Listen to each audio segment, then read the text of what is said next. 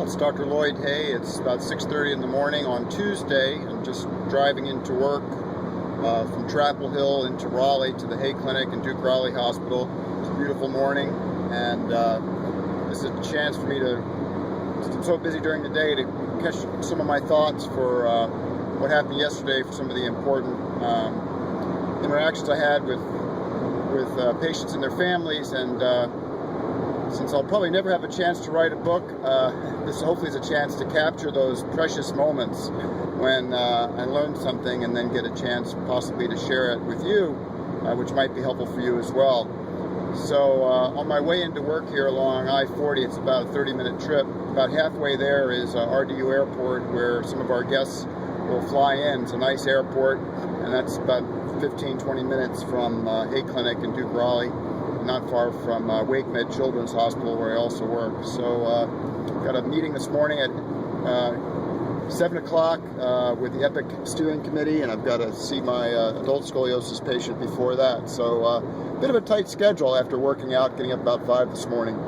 So I saw three patient interactions that I want to remember from yesterday. The first one was I was just heading off to the OR, and one of my staff came and told me that my patient for today actually called up and was very concerned about moving forward with surgery because she was recently diagnosed with a metal allergy.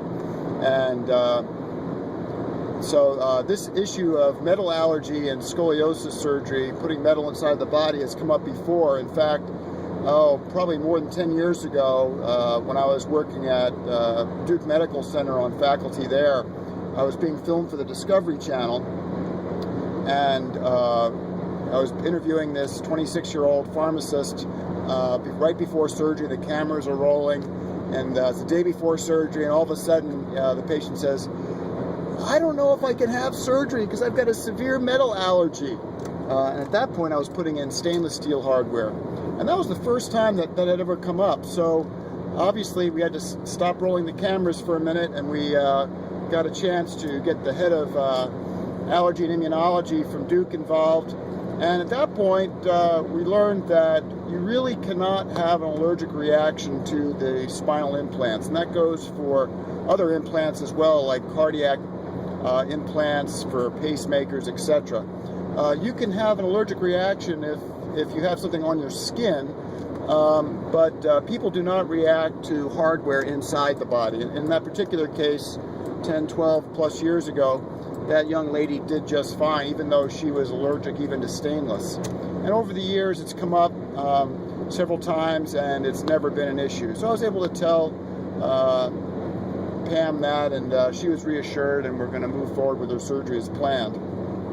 The second story from yesterday is that I saw one of my patients back, a 14-year-old young lady who had a 50-degree double curve, and that I saw back in January, and at that point had suggested surgery, but the family has opted to continue with some other conservative things, and they got a very, very special brace made in Washington, D.C., and they're doing some special physical therapy to try to make it better. And so I saw the patient and her dad yesterday, and we got an x-ray done of her back, and it actually the curve did look a little bit better. We got an x-ray in the brace and another one out of the brace. There's a couple concerns that came up though. Number one is that when we did the x-ray, she had just come out of the brace, and that's what you want to do is that's not necessarily representing reality. You need to have the patient out of the brace for at least several hours to know how they're relaxing. So, so that we may give you a false positive on how much effect it's actually having on changing her shape. The second issue is that the patient, by several points, is probably done growing. She had her. And the markers for that are, number one, looking at her iliac crest, which is our Risser sign, she's pretty much crested off. Number two, her actual height change over time is pretty much leveled off. and number 3, that she's now 2 years, more than 2 years, as opposed to the start of her menstrual periods, which pretty much marks the end of skeletal growth. And so for that reason, the brace really doesn't have any more effect, because it only has an effect while you're growing. So we had a very good discussion. The other concern that I had is that now that she's been in the brace, when she comes out of the brace, she's having pain. And that's a bit concerning, because maybe, because she's being braced at night and during the day, that maybe that's causing some problems with some muscle weakness or something else. And we certainly don't want to be causing her to have pain.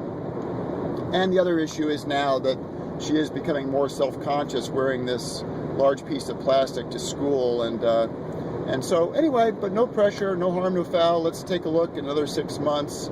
But I think my big concern is, how is she going to do in the long run? Because that's what we're really most concerned about.